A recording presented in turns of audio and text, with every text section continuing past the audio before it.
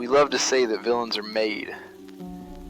We point at their scars, their betrayals, and their tragic past just to justify the darkness. But that's a lie. It's a lie we tell ourselves just to feel safe. Because the truth is much scarier. Villains are mostly born. Think about it.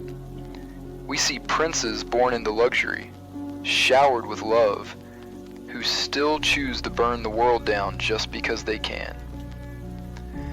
And then we see Lloyd Frontera, a man who lived a previous life of pure, grinding misery.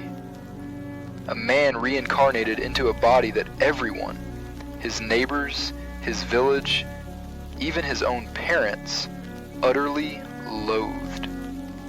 He was handed the perfect villain starter pack, but he didn't bite. Lloyd had the ultimate weapon, knowledge. In that world, he was a god among men. He knew the future, he knew the mechanics of the world, he had the system. He could have conquered every kingdom. He could have been a tyrant who made everyone crawl. If villains are made by how society treats them, Lloyd should have been the greatest monster the world had ever seen. Everyone treated him like trash. So why didn't he recycle that hate? Because Lloyd proves that goodness isn't a feeling, it's an intelligence. He didn't choose a normal life because he was soft. He chose it because he realized that saving his loved ones was a greater feat of engineering than destroying his enemies.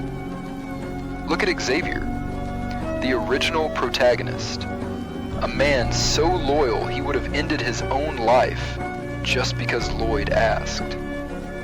A born villain would have used Xavier as a shield. They would have sacrificed the pawn to save the king. But Lloyd, he flipped the board.